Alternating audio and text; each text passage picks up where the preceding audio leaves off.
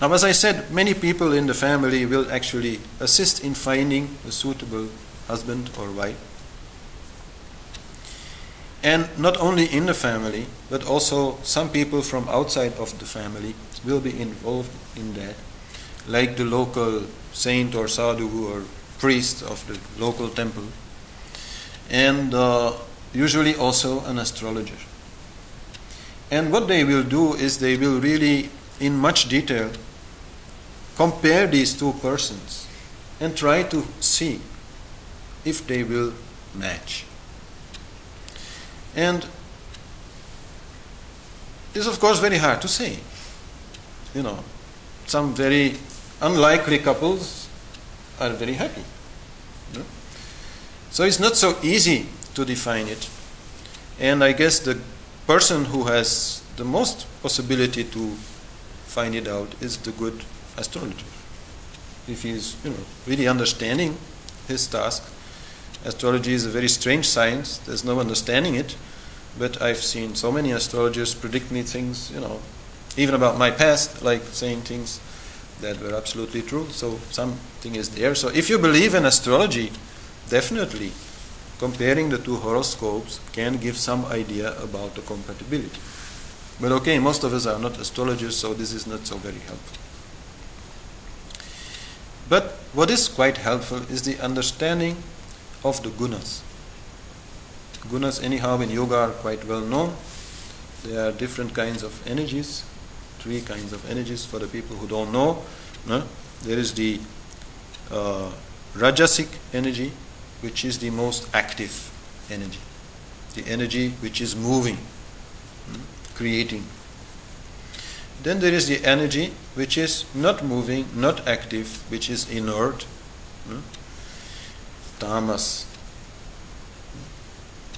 Also, related to it is ignorance. It's not only not moving, it's also pretty stupid, you could say.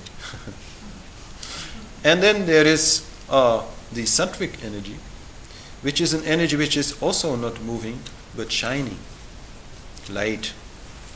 So this energy is very spiritual, very intelligent, very much understanding is there in that particular energy.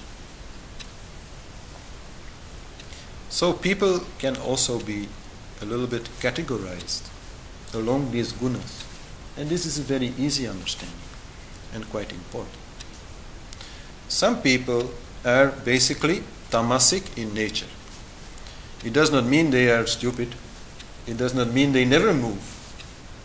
But basically, they prefer to move as little as possible, like to enjoy life, stay in their couch, are not very interested to learn things, are neither very ambitious to do things or achieve things. They just want to enjoy life. Nothing wrong.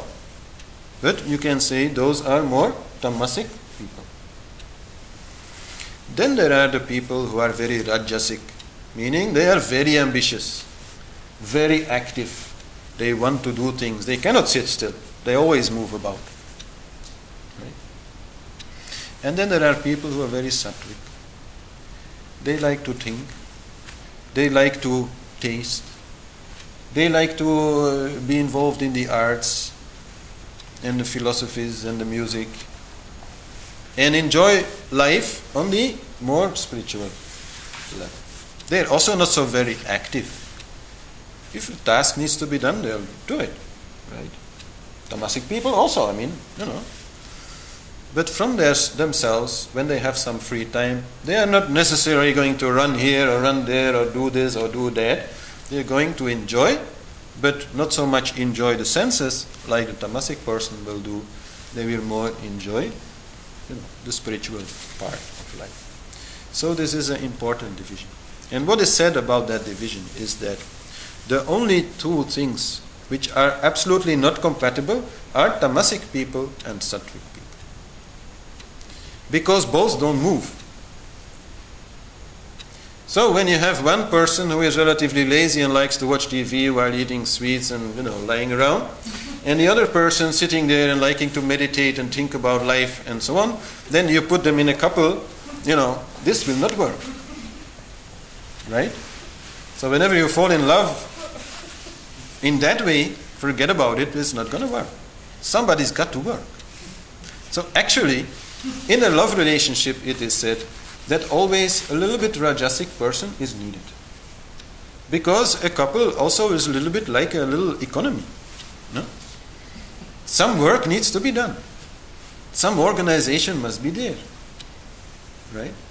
So, a Rajasic person is actually a good partner for a Tamasic person. Because he will do the work. Right? And is also good for a Sattvic person for the same reason. The work will get done. Right? And now, for the Rajasic person, the Tamasic person also not bad, because the Rajasic person also sometimes needs to rest and, have some holiday. And so, the partner will be ideal to come home to and have a holiday. And then again, go out and work. Or, and there in the Rajasic people we might say that some are more Rajasic Tamasic and some are more Rajasic Sattvic. Meaning that they are basically Rajasic, that they like a lot of activity. But when then they want to rest, they either will be more interested in lying around and just having a little fun, like Tamasic people. Or when they want to take a rest, they still like to enjoy a little bit of, more of the finer things, the more, aesthetic aspect, the more spiritual aspect of life. So when I think from what I've been saying now, it is becoming quite clear, right? You are all sitting here, so I must assume that a little bit of Sattvic nature is there. More Rajas may be involved, a little more Tamas. Also, you can have the three mixed together in one person. Also, this is actually quite a good mixture. Quite balanced, because in life we really need all these three things. But let's say you have a little bit Sattvic. So if you find a partner, and this partner is Rajasic Tamasic, meaning quite Rajasic, but when he wants to, stop working, he is going more for Tamasic enjoyment, then this is not a good life partner for you. Because you are not offering him anything that he wants. Maybe because he's falling in love with you and you're very beautiful and this and that, he thinks that he wants you or, that you will be a good partner for him, but actually it will not be so. Right? On the other hand, if you are a rather Sattvic person, maybe also a little bit Rajasic Sattvic, like, having a good balance there of, okay, now I'm a little ambitious, doing this and that, and then afterwards I want to enjoy and have a, real quality time and all that, then finding a person who is like that is most logical. Right? Or to put it other way, and this is also, I think, quite clear from what has gone before, if you are into spirituality, to choose a life partner which is not interested at all in that is asking for trouble. If you already have a life partner, this also happens, of course. Many people have that, and at some point you have developed this desire of, learning more about spirituality, and this other partner has not. This is a very different thing. This is a very different thing. First of all, you have a partner. If that's the only problem, then that's a very small problem. And you can still enjoy many things together, and then, have some freedom for you to enjoy whatever you enjoy and the other one doesn't enjoy. In that way, it can work quite well. But if you are choosing a new life partner, so you kind of have the choice, then better. Especially if you feel that your spirituality is not like something, a nice hobby, something on the side. If you really feel yoga is your life, that this whole thing is, so like basic for you, then don't choose a partner who thinks it's nonsense. Because at some point you will no longer understand each other. This will become very difficult. So we don't have to be the same in our opinions and our views and things, but a little similar is important. We are planning to spend the rest of our life together. we should have at least a little bit the same idea. That's very, very good.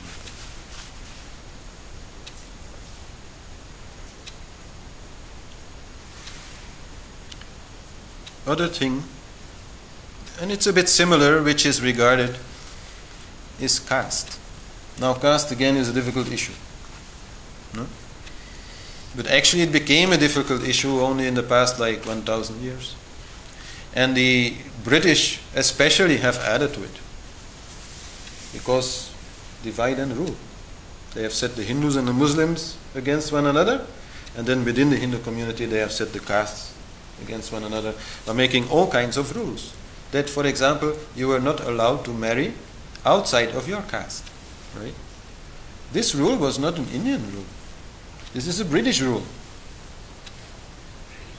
Yes, it's the British who installed that in India, because they said this way, there would be less fights between the castes. Because surely, some people might feel a little bad if, they are from a Brahmin family and, the sister, for example, would fall in love with somebody from Shudra family or something. No? That may create a little, problem. But it was not the law. There was no law in India before the British came that you should not marry outside of your caste. And actually, if you look at caste from the very beginning, in the Vedas it is mentioned already, then it is a very logical way. And it's a little similar about what I was saying about the gunas. What is a Brahmin? This is defined in the Vedas. What is a Brahmin? A Brahmin is a person who is interested in the spiritual and intellectual part of life. He is either interested in becoming a priest or becoming maybe a doctor or a philosopher, a scholar, all these kinds of jobs, an artist. That is defined as a Brahmin. And a Kshatriya, which we now usually will translate as a warrior, originally is not translated as a warrior. A Kshatriya is more like a Rajasic person, a person who wants to do things, but who also has a strong sense of unity. So yes, at time of war, when it is necessary to protect the family and the community, then they are the ones who take up the weapons and defend the community. So there's a particular kind of person. And then the merchants, how they call the... No, not Shudra. Vaishna, yeah. The merchants, they are the ones who are more, interested in business, in acquiring wealth, in enjoying the senses, already a little bit more like a tamasic person. And then the Shudra, the workers, they are the ones who are not really very ambitious, so more tamasic. And so they will work for others, but they don't think about the work. The others have to tell them what to do. This is more like the tamasic person. So there also it was said, some combinations are possible, but not all. If a Shudra and a Brahmin person, they come together in one family, this will be a very strange household. And throughout the years, I wanted to say, but actually throughout the centuries and thousands of years, these different groups of people also have developed sort of different cultures. And so they have different eating habits. Like Brahmins are normally vegetarians because this kind of diet is much more suitable for their way of life, while many Kshatriyas would eat meat because they had to fight and be strong and develop lots of muscles, so they needed more protein. So imagine a Brahmin lady marrying a Kshatriya and then having to prepare meat for her husband, while herself she is a vegetarian, doesn't really like that, and doesn't also know how to do it. So in that way the caste system that played a role, but this was also quite logical that it played a role, and it was never absolute, legal, until the British made it into a legal thing. You were allowed, but it was a consideration. So that kind of consideration we also can have to understand what culture you are coming from, and to understand that to marry somebody, better if this culture is a little bit compatible. And then I'm actually today not so much talking about the difference between cultures, between Belgian people and American people or Turkish people or Indian people. I think there's much bigger differences between people can be found on a cultural level in Belgium than they can be found in general between Belgium or Turkey or Belgium or India or something like that. We have many, many subcultures, and they are important.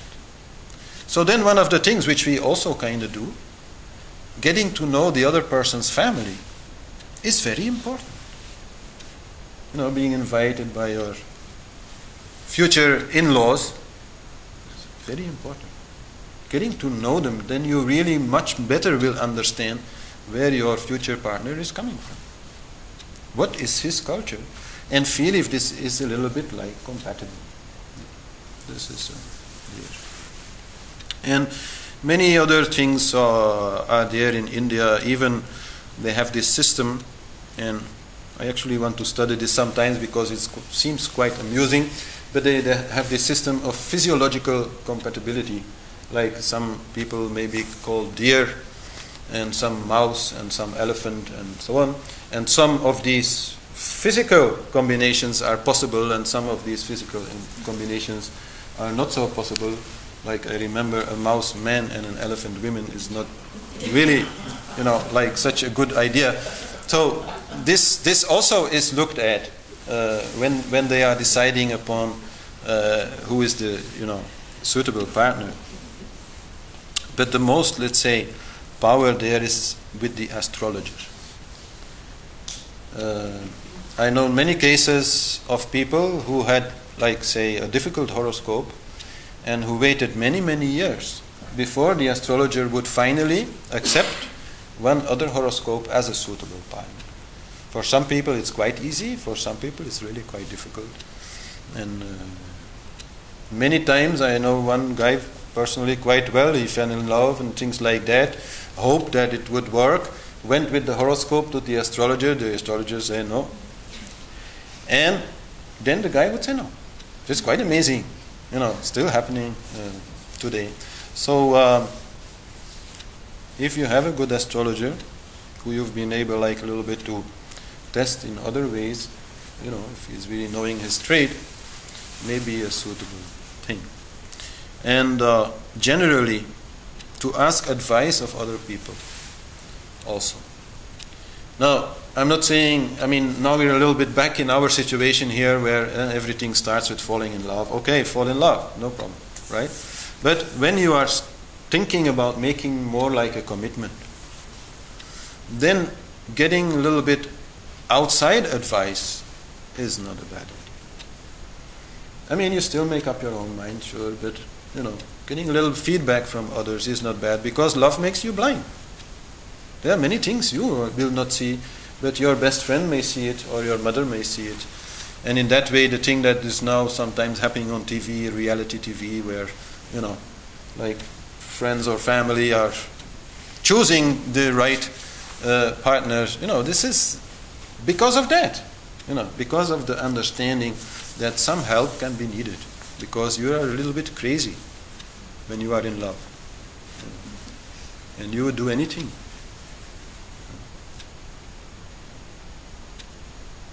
Some people also are said to be born Gandharvas. We would say they are born Don Juans. Born Gandharvas. Gandharvas is a kind of spirit, like we have here also in our culture, like forest nymphs and water spirits and things like that. They are Gandharvas, and they are very good at making music and very good at, you know, creating nice atmosphere. And so at some point they may decide upon a human life, but still some of that Gandharva nature will be there. And the Gandharva nature in terms of love is that they do not commit. They do not bind to one person very easily, because when they are spirits, they don't have a physical body. And so they may fall in love with some other spirit and have some enjoyment, but then when they separate, very easily they can let go. As I've said before, when your beloved goes away for work or something, you feel a pain. This is a pain that you feel from your physical body. part of the attachment in a love relationship is in your physical body. So, but Gandharvas don't have a physical body, so they don't attach so easily. You know, they don't have such a big sense of individuality neither, because they don't have a very physical body. They only have an energetic body. So if they come together with another person, they kind of, become one. It's just energy. Yeah? And then, okay, they each can go their separate ways. But there's a different way of being. So, but if then this spirit becomes a human being, then this attitude can still be there. And I don't want to give any bad warnings against anybody, but usually Gandharvas are very good artists. Very talented, naturally talented artists and musicians and performers in India are said, okay, but maybe they are Gandharvas. So then you should a little bit look at the history of that person and see if, he has a history of committing or maybe a history of being a Don Juan. Or a Don Juanette, because it also happens with the ladies, of course. So some are born Gandharvas, some are born sadhus, as I said, and some are born grihast, householders, and they really have this desire, they really go for that. So that is also part of the choice one has to make. And may be interesting to note that in most other primitive cultures, you could say, even in India, where in some tribal castes and so on, there are other customs, then it is the women who decide. This is very common. You go in Africa, you go in the rest of Asia, you go in South America, and you look at the old rituals of how, husbands and wives came together. If there was no system of arranged marriage by the family, then it was the women who made the choice. Many little festivals are there where the guys are dancing on one side with their spears or whatever, showing off, and the ladies showing off in a group on the other side, but actually they are the ones who, take some garland of flowers and put it around, the future husband. They are the ones who are making the choice, not the guys. And this is a little bit of wisdom also, maybe not for the guys, but for the ladies, that ultimately you are more suited to make the right choice. Don't believe the guy. He's thinking something else. And it's a guy telling you, right? So you should believe it. Women are a little bit more maybe wise in that way. So, all right, so this is a little bit how to do it. I mean, that doesn't make it so easy. But before you make a commitment, you should have a little analysis done by yourself or with the help of others. And these days, the biggest commitment is to make a child. If you are making a child, then you are married, whether you are married or not. For the rest of your life, you are bound together through this child. So this should be a very good understanding. When you want to make a child with somebody, you should go through this process of analysis before you do it. Sometimes it happens by accident. Okay, then you make the best of it. But if it's a conscious choice, then it should be well thought about. So, anyway, the yoga of love with two is not the only yoga you can do. So if there is no other, don't worry, it can still happen. And you can do something else. So, my teacher used to say, if you don't have a life partner, why think about it? And if you have a life partner, why not think about it? So with that, I like to we'll finish this talk and hope you all find lots of love in your life and keep it. But maybe you have some question or something. I have a question. Yes. Regarding essence of people needs. You're very right to mention it, because I forgot it. I have this paper, but Still, I forget things. Well, let's say, sometimes two people meet and they fall in love, but there's more happening than just the, let's say, mental game. There's more just happening than just a little bit of romance, which is creating this feeling of love. There's more happening than the ego creating some kind of illusion. There is a little bit of a real connection. And that is also maybe why it would be good to find something in between falling in love and arranged marriage.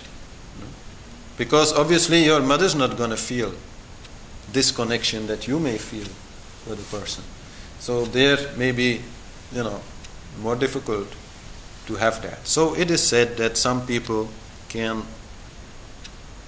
find each other because they had a relationship in past life. Maybe not a love relationship, it can be another relationship, but anyhow they are such good friends that, it works, and if it also works on some of the other levels we talked about, then it can be a really good match. So that is also a little bit of love at first sight, which can happen there. But according to most saints, I've talked about it, even one not very long ago, it is very rare. They say it is very rare that you meet somebody in the same way who was in your previous life also your partner. They say it is rare.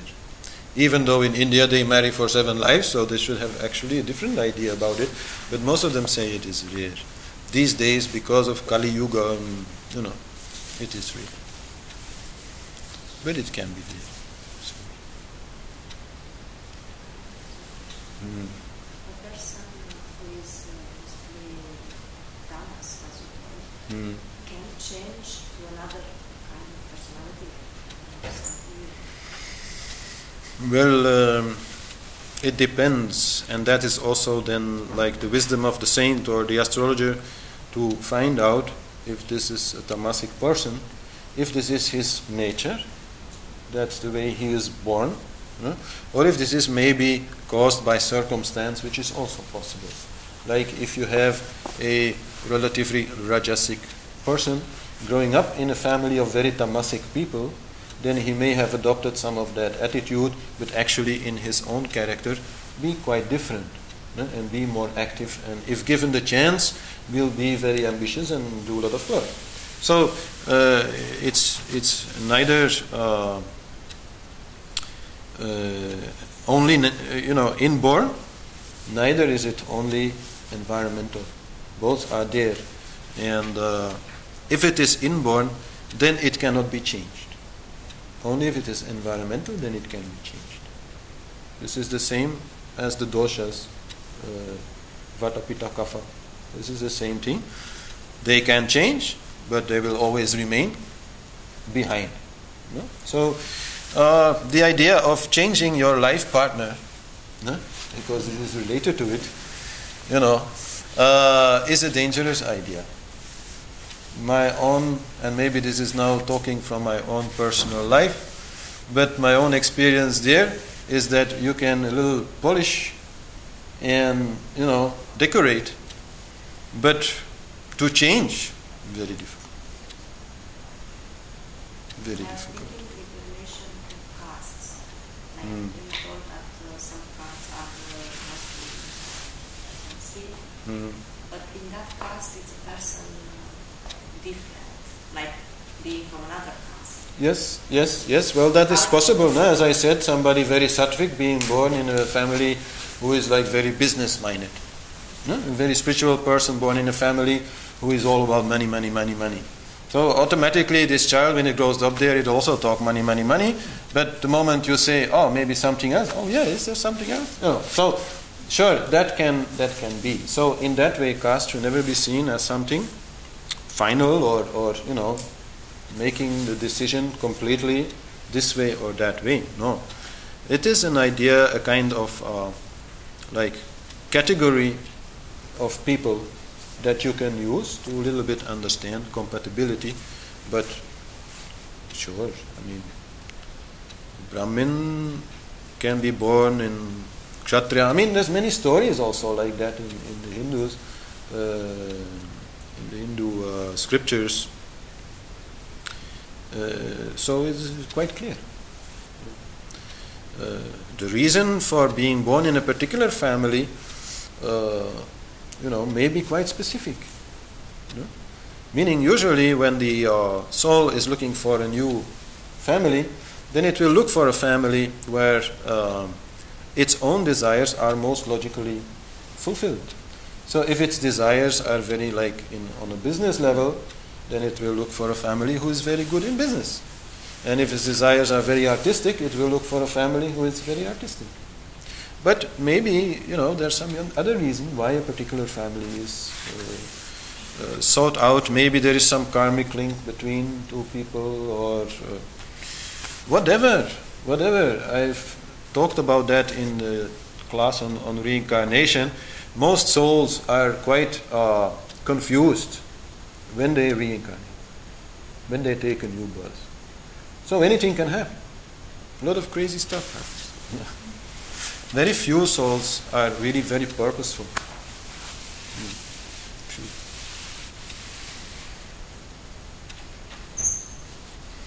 All right.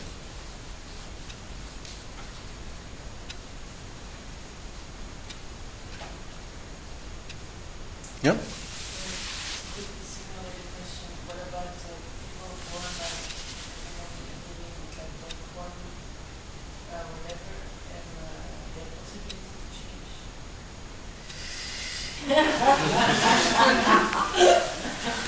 They are a problem because they are not only good artists, musicians and so on, but they're really attractive and good looking and they understand the art of romance very well. So it's very easy to become attracted to them. And I'm not saying they cannot change.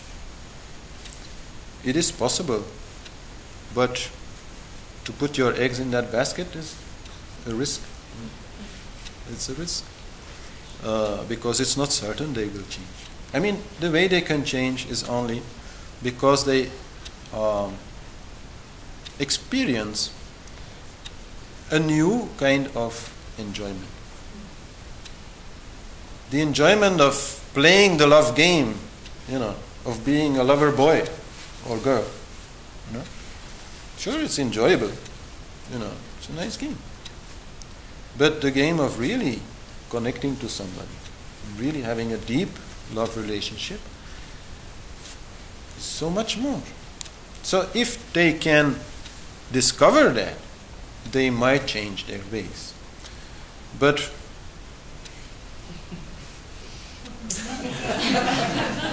might. Not easy. Not easy. You never say never. Okay. But not easy.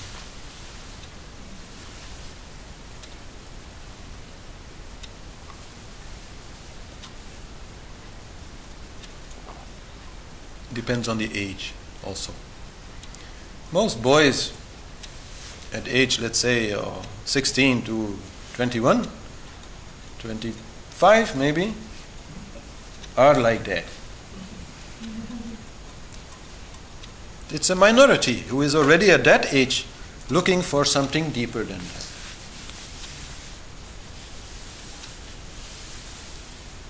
So, if they are in that age, then you can still hope for change. But if they are still playing that game at 35,